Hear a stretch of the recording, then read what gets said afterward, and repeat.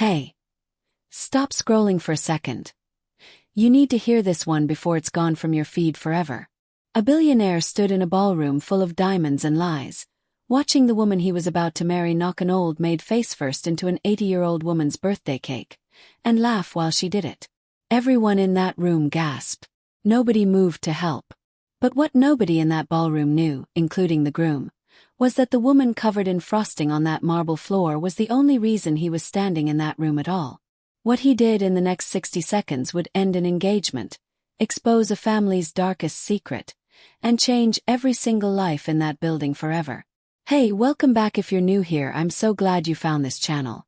Before we get into it, tell me in the comments, where are you watching from tonight and what country do you call home?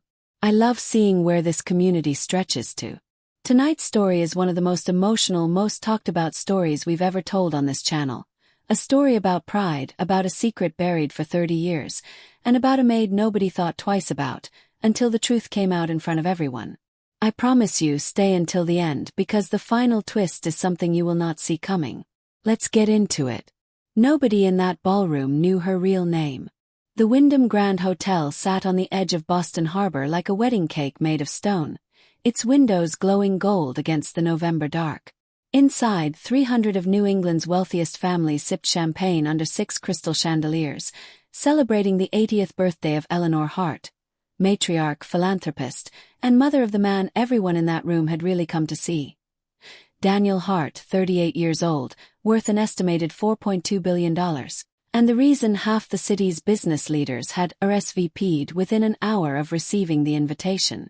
Daniel stood near the head table in a black tuxedo that fit like it had been poured onto him, shaking hands, nodding at compliments, doing the quiet math in his head that successful men do at parties. Who mattered, who was here to be seen, who genuinely loved his mother.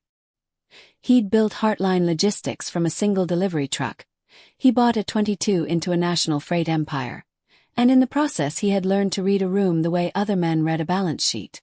Tonight, though, his eyes kept drifting toward the woman on his arm. Victoria Calloway was, by any objective measure, stunning.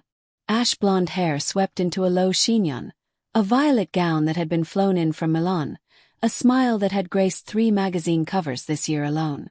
She came from old money, Calloway capital, 3 generations deep. And when she'd first walked into Daniel's life at a charity gala 18 months ago, she had seemed like the missing piece. Poised, ambitious, someone who understood the world he'd fought his way into. What Daniel hadn't yet learned, what he wouldn't learn until tonight, was that Victoria's poise had a cost, and the people who paid it were rarely the people in the room she was trying to impress. Your mother's caterer is understaffed, Victoria murmured, scanning the room with the practiced disdain of someone auditing a business she had no stake in. Look at that woman by the dessert table. She's been staring at the cake for 2 minutes like she's never seen sugar before. Daniel followed her gaze without much interest. An older woman in a pale pink uniform and white apron stood near the 6-tier birthday cake, carefully checking the placement of gold candles shaped like the number 80. She looked to be in her mid-60s, silver-streaked hair pulled back neatly. Hands moving with the unhurried precision of someone who had done this exact job 10,000 times before. There was nothing remarkable about her, and that was precisely the point. She had spent 30 years making sure nothing about her ever drew attention in rooms like this one. Her name tag read Grace. She's fine, Daniel said, already looking past her, back toward a state senator he needed to greet. Let the staff do their jobs, Vic. Victoria's mouth tightened at the shortened name. She hated when he did that in public, but she said nothing. Not yet. Across the room, Eleanor Hart sat in a high-backed chair near the string quartet, 80 years old and sharp as broken glass, watching her son's fiancé with an expression she had perfected over 4 decades of Boston society. Pleasant on the surface, calculating underneath. Eleanor had said very little about Victoria to Daniel directly.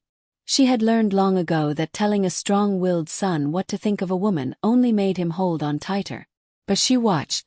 She always watched. And every few minutes, her eyes drifted toward the dessert table too. Toward Grace. With a warmth she showed almost no one else in the room. Nobody noticed that. Nobody thought to ask why. The string quartet shifted into a slower piece as the party moved toward the cake-cutting ceremony. the traditional centerpiece of the evening. Waiters began clearing the dance floor. A hotel coordinator murmured into a headset. And Grace, the quiet woman in pink and white, began wheeling the enormous cake toward the center of the room on a silver cart. Her steps careful, her focus absolute, as if the 80 candles balanced on that cake were the most important thing in the world to get right. She had no idea that in less than 10 minutes, her whole hidden history was about to spill out onto that marble floor in front of everyone Daniel Hart had ever tried to impress. Victoria excused herself to the bar, requesting a second glass of champagne she didn't need. Her eyes following the cake cart with an unreadable expression. Something about the sight of the old maid moving so carefully, so proudly, through a room full of people who would never remember her name, seemed to irritate Victoria in a way that had nothing to do with catering logistics. Daniel didn't see it. He was shaking another hand, laughing at another joke, playing the role he'd learned to play so well that he sometimes forgot it was a role at all. Eleanor saw it, though. And for the first time all evening, the sharp, composed birthday woman's hands tightened slightly around the arms of her chair. Something was coming. She could feel it the way you feel a storm changing the pressure in a room before the first drop of rain ever falls. The cake reached the center of the ballroom just as the lights dimmed for the traditional presentation. Grace guided the cart with practiced hands, positioning it precisely where the hotel's event coordinator had marked with a small strip of tape on the floor. A detail so minor that no guest would ever notice it, but one that mattered enormously to a woman who had spent 3 decades making sure every detail of her work was invisible and perfect at the same time. 80 gold candles flickered like a small constellation across 6 white tiers, and a soft murmur of appreciation moved through the crowd. Eleanor Hart rose slowly from her chair, leaning on the polished cane she rarely admitted she needed, and made her way toward the cake with Daniel at her side. The room applauded. Someone began the first notes of "Happy Birthday." Cameras rose. Phones lit up. For one golden moment, everything in the room felt exactly the way a celebration should feel. Warm, unified, full of quiet love for an elderly woman who had spent her life giving generously to a city that had, in turn, learned to love her back. It was in that golden moment that Victoria decided to move toward the cake herself. She wanted the photograph. Every society page in Boston would run pictures from tonight, and Victoria Calloway had no intention of being caught on the edge of the frame while Eleanor Hart's birthday moment became the story of the week. She stepped forward in her violet gown, weaving between 2 servers, her heels clicking sharply against the marble, and that was when it happened. Grace, still adjusting the final candle that had tilted slightly out of place, straightened up at the exact moment Victoria swept past her, and the sleeve of Grace's uniform brushed lightly against the hem of Victoria's gown. It was nothing. A fraction of a second. The kind of accidental contact that happens 100 times at any crowded party and is forgotten before the next breath. Victoria did not let it be forgotten. "Watch where you're going," she snapped, her voice cutting cleanly through the applause and the opening notes of the birthday song, loud enough that the singing actually faltered. Heads turned. The room's warm golden mood cracked like a dropped glass. "Do you have any idea what this dress cost?" Grace stepped back immediately, her hands raised slightly. Her voice soft and steady in the way of someone who had spent a lifetime learning to de-escalate. "I'm so sorry, ma'am. It was an accident, An accident," Victoria repeated, tasting the word like something bitter. She glanced down at her gown, found not a single visible mark on it, and looked back up at Grace with an expression that had nothing to do with the dress at all. It was something older than that, something about being looked at, even for a second, as though the two of them existed on the same level. "You people are so careless. This is a 5-figure gown, and you're bumping into guests like you're at a bus stop." A ripple of discomfort moved through the nearest guests. Someone whispered. A photographer, sensing a moment neither planned nor invited, lowered his camera but kept it recording. Eleanor Hart's face went very still. "Victoria," Daniel said, stepping forward with the low, warning tone of a man trying to contain something before it grew. "It was an accident. Let it go." But Victoria was not in the mood to let anything go. Something about the crowd's attention, the cameras, the champagne, and the small, humiliating brush of a maid's sleeve, had lit a fuse in her that had clearly been waiting for an excuse to burn. She reached out and shoved Grace's shoulder, not hard but with clear, deliberate contempt. Hard enough that Grace, caught off balance while still holding the cake cart's edge, stumbled sideways. Her hand shot out instinctively to catch herself. It landed directly in the center of Eleanor Hart's 80th birthday cake. Frosting exploded upward in a soft white cloud. The cart lurched. Grace pitched forward, her face and shoulder driving into the cake's top tier as 300 guests gasped in unison, several phones instantly rising to capture the moment, and for one terrible frozen second, the only sound in the entire ballroom was the quiet hiss of 80 candles being extinguished at once by falling cream and sugar. Grace lay half-collapsed against the ruined cake, cream dripping from her silver hair, her apron soaked white, absolutely silent, absolutely still, not from injury, but from a much older kind of pain, the specific pain of being humiliated in front of a crowd that would never once consider that she had a name, a story, or a heart that could break. And Victoria Calloway, standing over her in a spotless violet gown, laughed. It was not a loud laugh. It was worse than that. A short, sharp, genuinely amused sound, as if watching an old woman faceplant into a cake was the funniest thing she had seen all week. "Oh my God," she said to no one in particular, dabbing at nothing on her own dress. "She really just fell into an 80-year-old cake. Someone get this on camera, this is enough." The single word came from Eleanor Hart, and it landed in that ballroom like a gunshot. Every head turned toward her. Eleanor stood absolutely rigid beside her cane. Her face white with something far beyond the ordinary anger of a woman whose birthday cake had just been destroyed. She was staring at Grace, still on the floor, cream sliding down her cheek, and there were tears, actual tears, standing in Eleanor Hart's eyes. "Mother," Daniel said, confused, moving toward Grace to help her up, still not understanding why his mother looked as though she'd just watched something unforgivable happen. Eleanor's hand trembled as she pointed at Victoria. "Do you have any idea," she said, her voice shaking, "who you just knocked to the floor?" The room went utterly silent. Victoria's smile finally began to fade. For a moment nobody moved. Daniel crouched beside Grace, cream sliding from her hair onto his tuxedo sleeve as he helped her sit upright, and it was only then, this close, that he really looked at her face for the first time all evening. Not as staff, not as background, but as a person.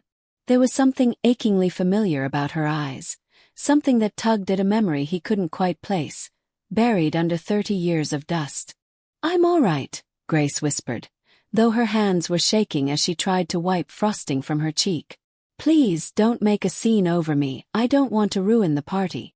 "You're not ruining anything," Eleanor said, and now she was crossing the floor herself, cane forgotten against her chair, moving faster than an 80-year-old woman with a bad hip had any business moving.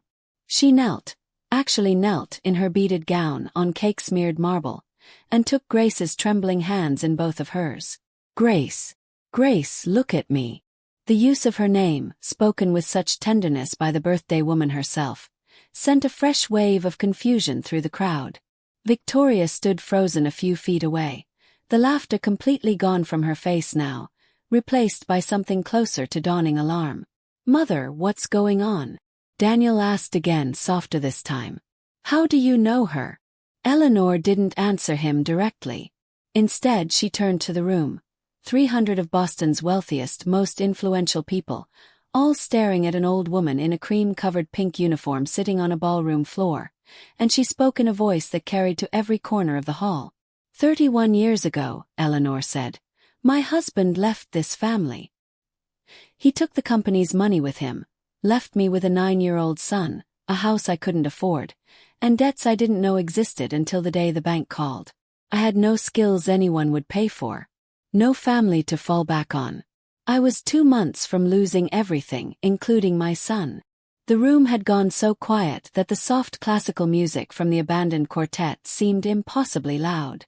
I got a job cleaning houses, Eleanor continued, her voice steady now, though tears still slid freely down her face. One of the women I cleaned for had a daughter my son's age.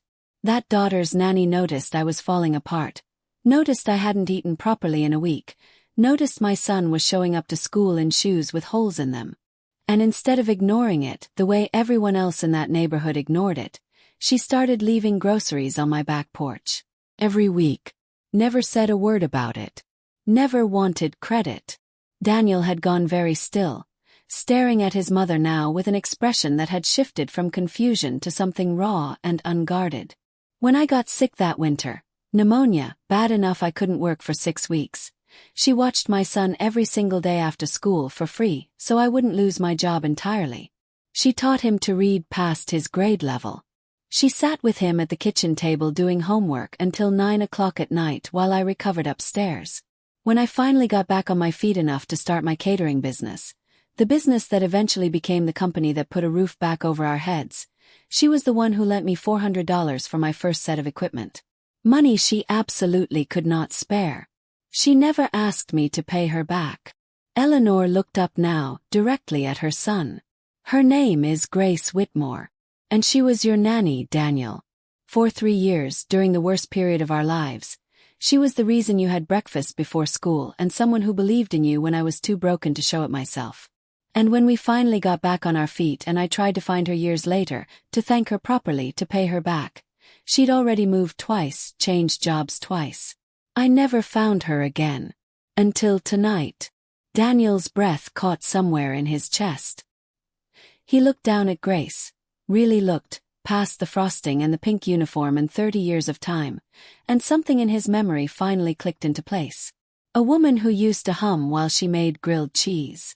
A woman who taught him multiplication tables using dried beans on a kitchen table because they couldn't afford flashcards. A woman whose hands he remembered holding while crossing a street he was too young to cross alone, back when his mother was too sick to walk him to school. "Miss Grace," he whispered, and it wasn't the voice of a billionaire CEO anymore. It was the voice of a 9-year-old boy who had lost something precious a long time ago and never fully understood what it had been worth. Grace's eyes filled with tears as she finally, truly looked at him. "You grew up," she said softly, almost laughing through her tears. "Little Danny Hart. Look at you." Around them, 300 guests stood in absolute silence, watching one of the wealthiest men in New England kneel on a cake-covered ballroom floor in front of a maid he hadn't recognized 20 minutes earlier, and slowly, painfully, begin to understand exactly what his fiancée had just done. Victoria Calloway had gone the color of the tablecloths. She stood a few feet from the small, devastating scene unfolding on the floor, Eleanor Hart weeping and holding a maid's hands, Daniel Hart staring up at that same maid like she just handed him back a piece of his childhood he thought he'd lost forever. And for the first time since Daniel had met her, she looked genuinely, completely at a loss for what to say. "Daniel," she started, her voice thinner than usual. "I didn't know, I couldn't have possibly known that she—" "That's the problem, Victoria." Daniel rose to his feet slowly, and when he turned to face her, the warmth that had softened his features while looking at Grace was entirely gone. What replaced it was cold, precise, and terrifyingly calm. The same expression long-time employees would later say, that he wore in boardrooms right before firing someone. "You didn't know. And it didn't matter to you whether you knew or not. You shoved a woman working at my mother's birthday party into a cake because her sleeve brushed against your gown. You didn't need to know her name to know that was cruel. It was an accident, I barely touched her, she stumbled on her own." "I watched you push her," said a voice from the crowd. It belonged to Marcus Webb, one of Daniel's board members, standing near the bar with his phone still raised. "I have it on video, Daniel. Clear as day." A murmur rippled through the crowd, not of scandal-hungry excitement, but of the deep, collective discomfort of witnessing a mask fall off in real time. Guests who had spent 18 months complimenting Victoria's poise, her charity work, her flawless public presence, were now recalculating everything they thought they knew about the woman on Daniel Hart's arm. Victoria's eyes darted around the room, searching for an ally, a way to spin the moment, some familiar social lever to pull. She found none. Even her own mother, seated near the back with the rest of the Calloway family, had lowered her eyes to her lap, unwilling to meet her daughter's gaze. "You know what the worst part is," Daniel said, quieter now, though the silence in the room meant everyone still heard him perfectly. "It's not even that you didn't know who she was. It's that it wouldn't have changed anything if you had. This is who you are when you think no one important is watching. I just happened to find out who's actually important.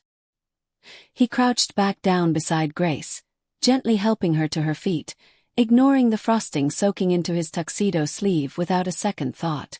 Are you hurt? Please tell me the truth. Just my pride, Grace said with a small, shaky laugh, wiping cream from her eyebrow. I've survived worse than a cake, Daniel. You shouldn't have had to survive this at all. He turned to the hotel's event coordinator, who had been hovering nervously near the kitchen doors throughout the entire scene, clearly terrified of the fallout. Get her a chair, get her water, and get her whatever she needs. Tonight, and for the rest of this event, she is not staff. She's a guest of honor. Are we clear?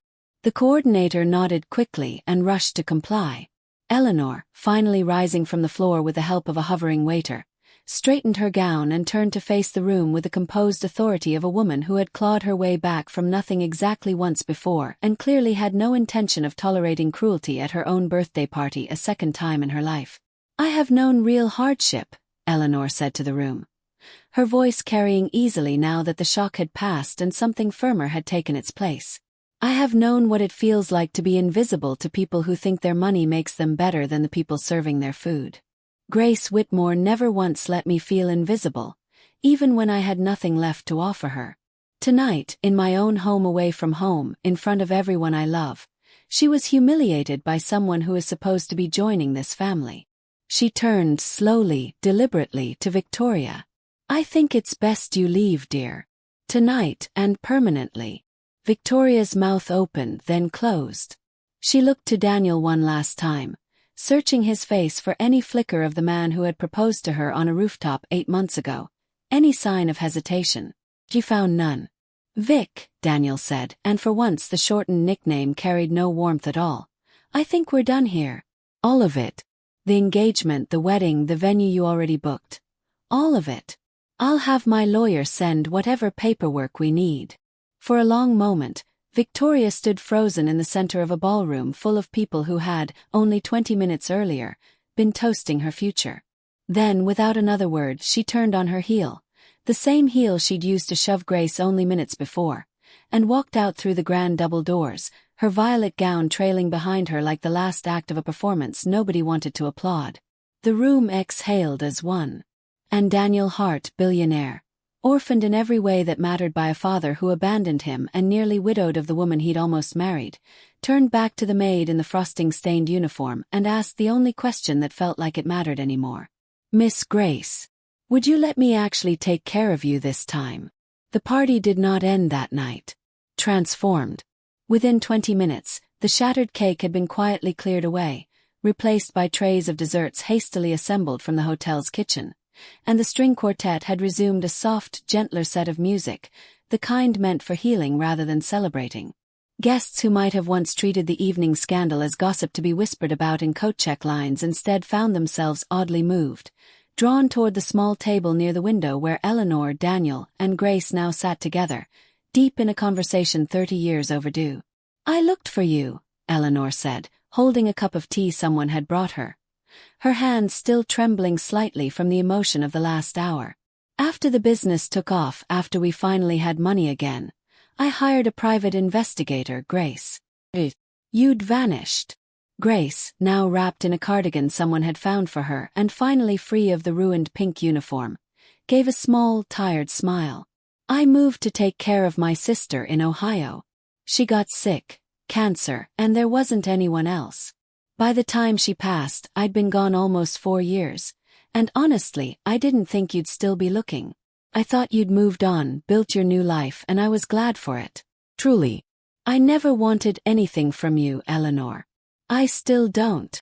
That's exactly the problem, Daniel said quietly, leaning forward with his forearms on his knees. You never wanted anything. Which is exactly why nobody ever gave you anything back. Grace looked at him carefully, studying the grown man in front of her the way she must have once studied the anxious, undersized 9-year-old boy who used to wait by the window for his mother to come home from her second job. You don't owe me anything, Daniel. What I did because it was right. Not because I expected repayment 30 years later at a fancy party. I know that, he said. That's exactly why I'm going to insist on it anyway. He explained then plainly and without performance what he intended to do, not as a grand gesture for the cameras still lingering near the ballroom's edges, but because it was simply, finally, the correct thing to do. Grace currently worked for a hotel staffing agency that contracted her out for events like tonight's, a job that paid barely above minimum wage for physically demanding 12-hour shifts, with no benefits, no retirement plan, and no security. She was 66 years old. She had spent 4 decades of her life quietly, invisibly holding other families together, his own included, while accumulating almost nothing for herself. "I want to set up a trust," Daniel said. "Enough that you never have to carry a cake cart again unless you genuinely want to. A home, paid off outright wherever you'd like, Ohio if that's where your heart is, or here, close to us if you'd let us actually be in your life again. And I want Heartline Logistics to fund a scholarship in your name, for kids growing up the way I did. Kids whose parents are drowning and need someone in their corner who isn't asking for anything back." Grace's eyes filled with tears again, but this time they were different. Not the tears of humiliation from an hour before, but something fuller, more complicated, the particular ache of finally being seen after decades of choosing, quietly, to go unseen. "I don't know what to say," she whispered. "You don't have to say anything," Eleanor said, reaching across the table to take her old friend's hand once more. "You already said everything that mattered 31 years ago, with groceries on a back porch and a boy who learned to read because someone believed he was worth the extra hour every night." Across the ballroom, near the bar, a small cluster of guests who had witnessed the entire scene stood talking quietly among themselves, several of them visibly wiping their eyes. Marcus Webb, the board member who had recorded the video, approached Daniel's table cautiously. "Daniel," he said, "for what it's worth, that video's already circulating. People are asking who Grace is. I think this story's about to matter to a lot more people than just the folks in this room." Daniel glanced at Grace, who looked suddenly uneasy at the thought of any wider attention. He understood immediately. After a lifetime of being deliberately invisible, the idea of being seen by strangers, even in a positive light, was its own kind of overwhelming. "We don't do anything with it that you're not comfortable with," he told her firmly. "Not one photo, not one interview unless you want it. This isn't about publicity for me or the company. It's about finally getting to say thank you properly." Grace nodded slowly, some of the tension easing from her shoulders. "Maybe," she said after a moment, "if it helps other kids like you were. Maybe I could share a little. Not for me. For them." It was, Daniel would later realize, entirely consistent with everything he now remembered about her. Even in the moment she was finally being honored after 31 years of quiet sacrifice, her first thought was still about somebody else's child. The video Marcus Webb had recorded did not stay contained to that ballroom for long. By the following morning, a 14-second clip, Victoria's shove, Grace's fall into the cake, Eleanor's trembling voice announcing who Grace really was, had been uploaded by a guest to social media, and within 6 hours it had accumulated over 2 million views. By that afternoon it was 4 million. Local Boston news picked up the story by evening, followed within 2 days by national outlets drawn to the almost cinematic shape of it. A billionaire's fiancé humiliates a maid, only to discover she humiliated the woman who quietly saved the billionaire's childhood. Daniel had expected backlash, or at least a media circus he'd have to manage. What he had not expected was the flood of stories that followed in the comment sections beneath every article and video. Thousands upon thousands of ordinary people sharing their own version of Grace. A woman in Tennessee who wrote about the neighbor who fed her and her siblings for 2 years after her father lost his factory job. A man in Detroit who described the bus driver who noticed he was showing up to school hungry and started quietly leaving sandwiches on the seat beside him every morning for a full school year, never once mentioning it. A nurse in Arizona who wrote 3 paragraphs about the woman who'd cleaned houses in her building and taught her, for free, how to read English well enough to pass her citizenship test. It seemed the story wasn't really about Grace, or even about Daniel Hart's billions. It was about the quiet, invisible people millions of Americans carried gratitude for and had never quite figured out how to properly repay. And watching one of them finally get thanked, publicly, extravagantly, felt like a kind of collective exhale. Victoria, for her part, disappeared from public view entirely within the first 48 hours. Her family's investment firm issued a brief statement distancing itself from a private matter, though two of Callaway Capital's smaller clients quietly pulled their accounts within the week, uncomfortable with the optics. Daniel never spoke publicly about her again, beyond a single measured statement confirming the engagement was over. He didn't need to say more. The video had already said everything that mattered. Grace, meanwhile, found herself navigating a kind of attention she had spent 40 years deliberately avoiding. "I don't know how to be looked at like this," she admitted to Eleanor one evening, 3 weeks after the party. Sitting in the small but comfortable guest suite Daniel had insisted she stay in while the details of her new home were finalized. "My whole life I made myself small on purpose. It was easier that way. Nobody expects anything from a woman nobody notices." "I know exactly what you mean," Eleanor said, settling into the chair across from her with the ease of two women who had once shared far smaller, far harder rooms together. "I spent years after my husband left trying to be invisible too. Invisible to pity, invisible to judgment, invisible to anyone who might have looked at my situation and decided I was less than I used to be. It took me a long time to understand that being seen isn't the same as being exposed. Sometimes it's the opposite. Sometimes it's the first time anyone's actually looked closely enough to understand what you survived." Grace considered this for a long moment, turning her teacup slowly in her hands. "Daniel keeps saying he wants to fund that scholarship. Name it after me. I keep telling him it should be named after something else. Quiet kindness, maybe, or nothing at all. I never did what I did so my name would end up on anything." "That," Eleanor said, smiling for the first time in days without the shadow of the party's chaos underneath it, "is precisely why it should have your name on it." 2 weeks later, standing in front of a small gathering at the local community center where she'd once, decades earlier, picked up free winter coats for a boy who wasn't hers, Grace Whitmore watched Daniel unveil the plaque for the newly established Whitmore Family Scholarship Fund. Full college tuition, renewed annually, for students being raised by single parents working multiple jobs to keep their families afloat. She cried through the entire ceremony, and for once in her life, she let herself be seen crying in public, without apologizing for it. 6 months passed. Daniel Hart's life, by any external measure, had changed dramatically since the night of his mother's birthday party. Heartline Logistics stock had actually risen in the weeks following the viral video. Analysts openly speculated it was due to a wave of goodwill toward a CEO who had publicly, decisively chosen character over convenience. He had ended his engagement to one of the most photographed women in New England society without hesitation the moment cruelty had shown its true face, and the story had done more for his public reputation than a decade of carefully managed press releases ever could have. But none of that was what actually mattered to Daniel anymore. What mattered was Sunday dinners. Grace had settled into a modest, comfortable home in Newton that Daniel had purchased for her outright. Not a mansion, nothing extravagant enough to make her uncomfortable, but a warm 2-story house with a garden out back where she'd immediately planted tomatoes and rosemary, insisting that a home without something growing in it wasn't really a home at all. Every Sunday, without fail, Daniel and Eleanor made the 20-minute drive to have dinner there, at Grace's insistence that she still be the one doing the cooking. "You could hire someone," Daniel pointed out one Sunday in early spring, watching her move around the kitchen with the same unhurried precision she'd once used to arrange candles on a cake. "You don't have to cook for us anymore."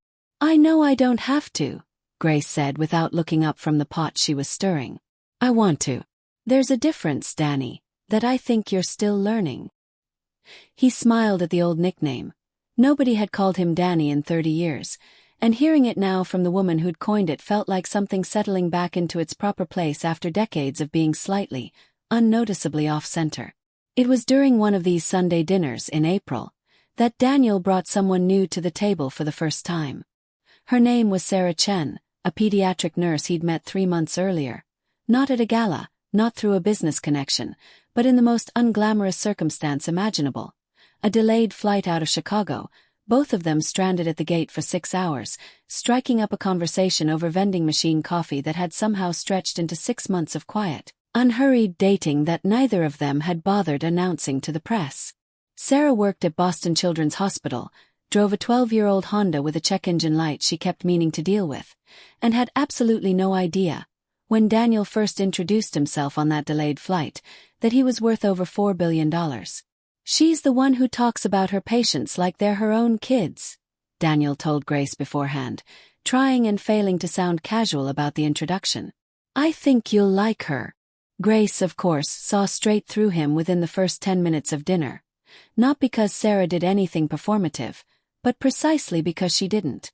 Sarah asked Grace genuine questions about her garden, helped clear plates without being asked, and when the conversation turned, as it inevitably did, to the story that had made international headlines the previous fall, she simply said, I read about what happened.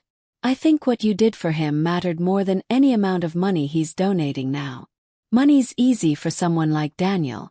What you gave him back then, patience, time, believing he mattered when nobody else did, that's the actual rare thing. Grace caught Daniel's eye across the table and gave him the smallest, knowingest smile. Later that night, washing dishes together while Daniel walked Sarah to her car, Eleanor leaned against the counter and said quietly, She reminds me of you, you know. Not in appearance. In the way she pays attention to people nobody else bothers to really see. He could do a lot worse, Grace admitted, drying a plate with the same careful attention she brought to everything. He almost did do a lot worse. He learned, Eleanor said simply. That's the whole point, isn't it? People can learn. Even people who grew up thinking love had to be earned through money or performance. He watched what real, unconditional care looked like once, a long time ago, at our kitchen table. He just needed reminding. Outside, through the kitchen window, they could see Daniel and Sarah standing by her old Honda, laughing about something neither woman inside could hear, in no rush at all to say goodnight. Not every part of the aftermath was gentle. In late spring, nearly 8 months after the party, Daniel received a message he hadn't expected. A short, formal email from Victoria's lawyer, requesting a private meeting. He almost declined outright, but something about the request's specific wording, not about money, not about the broken engagement, but about a matter concerning Ms. Calloway's family, made him reconsider. They met at a quiet cafe far from either of their usual circles. Victoria arrived without the polish that had once defined her public presence. No styled hair, no photographers trailing at a discreet distance, just a woman in a plain coat who looked, for the first time since Daniel had known her, genuinely tired. I'm not here to ask you to take me back, she said before he could even sit down fully. I know exactly how that night looked, and I know exactly what it revealed about me. I've had 8 months to think about it, more than I ever wanted to. Daniel said nothing, waiting. My mother used to work as a housekeeper, Victoria said, staring at her coffee rather than at him. Before she married my father. Before Calloway money. She scrubbed floors in 3 different houses to put herself through community college. I grew up hearing that story exactly once, at a dinner party when I was 12, right before my father quietly asked her never to bring it up again in front of guests. I think somewhere along the way, I learned that the fastest way to make sure nobody ever looked at me the way people used to look at her was to make sure I was never on the losing side of that kind of moment. I turned it into cruelty instead of understanding. I'm not telling you this to excuse what I did to Grace. I'm telling you because I don't think I understood it myself until I watched that video over and over, and finally recognized my mother's old fear staring back out of my own face. It was, Daniel realized, the most honest thing Victoria had ever said to him in 18 months of dating and a broken engagement. I'm in therapy now, she added, almost embarrassed by the admission, the way people from her world so often were. Actual therapy, not the kind my family used to do where you just don't talk about anything uncomfortable ever again. It's been useful. Difficult. Useful. I'm glad, Daniel said, and he meant it, surprising himself with how much he meant it. Anger, it turned out, had a shorter shelf life than he'd expected. Once justice had already been served and a better life had already begun to bloom in its place. For what it's worth, Victoria, I hope you actually get somewhere with it. Not for my sake. For yours. There's one more thing, Victoria said, finally looking up. I want to apologize to her. Grace. Properly, in person. not through a lawyer or a public statement written by a publicist. I don't expect her to forgive me. I don't think I'd forgive me. But I owe her that much, and I think honestly, I owe it to my mother too. Daniel considered this carefully before answering. That's not my decision to make. It's hers. But I'll ask her.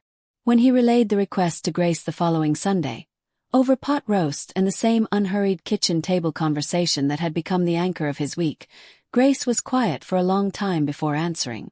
Everyone deserves the chance to become someone different than the worst thing they've ever done, she said finally. I'm not saying I need her apology to feel whole, Danny. I've felt whole for a long time now, longer than that night at the party if I'm honest. But I'll hear her out. Not for her. For the version of her that might still be worth reaching. The meeting, when it happened 3 weeks later in Grace's own kitchen, lasted less than 20 minutes and ended with no dramatic reconciliation, no viral follow-up video, no tearful embrace for cameras that weren't even present. Just two women on opposite ends of a story neither had chosen, finding a small, quiet, unglamorous kind of closure that belonged to no one but themselves. By the following autumn, almost exactly a year after the party that had changed everything, Daniel Hart proposed to Sarah Chen. Not on a rooftop, not with a hired photographer capturing the moment for a magazine spread, but in Grace's garden, surrounded only by the people who had actually shaped him into someone worth marrying. Grace, predictably, cried through the entire thing, standing beside Eleanor with dirt still under her fingernails from the tomatoes she'd been tending an hour before the surprise proposal, utterly unprepared and utterly delighted. I planted marigolds around the edge specifically because you said you liked them once, 8 months ago in passing, Daniel told Sarah as he knelt in the grass, ring in hand, and I wanted this to happen somewhere that actually meant something. This garden is where I learned, finally, what it looks like when someone takes care of another person without needing anything back. I wanted to ask you to spend your life with me standing in the middle of that lesson. Sarah, laughing and crying simultaneously, said yes before he'd even fully finished the sentence. The wedding itself, held the following June, looked almost nothing like the extravagant Wyndham Grand affair Daniel had once planned with Victoria. It took place in a modest backyard in Newton, string lights instead of chandeliers, a menu built entirely from recipes Grace had taught the caterer personally, and a guest list of 90 people instead of 600. Every single one of them someone who had actually mattered to Daniel's real life, rather than his public one. Grace sat in the front row beside Eleanor, wearing a soft blue dress instead of a pink uniform, and when Daniel caught her eye during his vows, he departed briefly from the words he'd rehearsed. There's someone in this garden, he said, looking directly at Grace, his voice catching slightly, who taught me a very long time ago, at a kitchen table with dried beans standing in for flashcards, that love isn't about what people can offer each other. It's about who shows up, quietly, when there's nothing to gain from showing up at all. Sarah, everything I know about how to love you properly I learned first from her. I just didn't understand I was being taught until I was old enough to recognize the lesson. There wasn't a dry eye left in the yard by the time he finished. Afterward, during the reception, as string lights flickered on against the darkening June sky and Sarah danced with her new mother-in-law near the small dessert table. No 6-tier cake this time, just an unpretentious sheet cake Grace had insisted on baking herself. So nobody has to worry about anyone falling into it. Daniel found a quiet moment to sit beside Grace on a garden bench, away from the music. Just the two of them. You know, he said, I used to think the most important day of my life was the day Heartline Logistics went public. Then I thought it might be today. But honestly, I think it was that Tuesday at your kitchen table, whichever one it was, when you decided a 9-year-old boy nobody else was paying attention to was worth an extra hour of your evening. Everything good that's happened since traces back to that decision, whether I understood it at the time or not. Grace took his hand, the same way she had once taken it crossing a street he was too young to cross alone, and said nothing at all for a long moment, letting the silence hold everything words couldn't quite carry. I never needed thanks for that, Danny, she said finally, softly. But I'll admit, after 66 years of making myself small so nobody would have to think too hard about me, it feels good to finally be seen. 3 years after that first Sunday dinner, the Whitmore Family Scholarship Fund had grown far beyond anything Daniel had initially imagined. No longer a single line item in Heartline Logistics' charitable giving report, but a fully independent foundation supporting over 400 students nationwide, every one of them a child being raised by a single parent working multiple jobs. Exactly the kind of childhood Daniel had once lived through himself. Grace, now 69, insisted on personally reading every scholarship application that came through the foundation. Not the financial paperwork, which she left to the professional staff Daniel had hired, but the personal essays, the small handwritten details about which teacher had noticed a struggling kid, which neighbor had quietly left groceries on a back porch, which bus driver had started leaving sandwiches on an empty seat. She said it kept her honest about why the foundation existed in the first place, and more than once, staff found her in her office late in the evening, tears in her eyes over an essay from a 14-year-old in Cleveland or a 16-year-old in rural Georgia, recognizing pieces of her own younger self or Daniel's in every single story.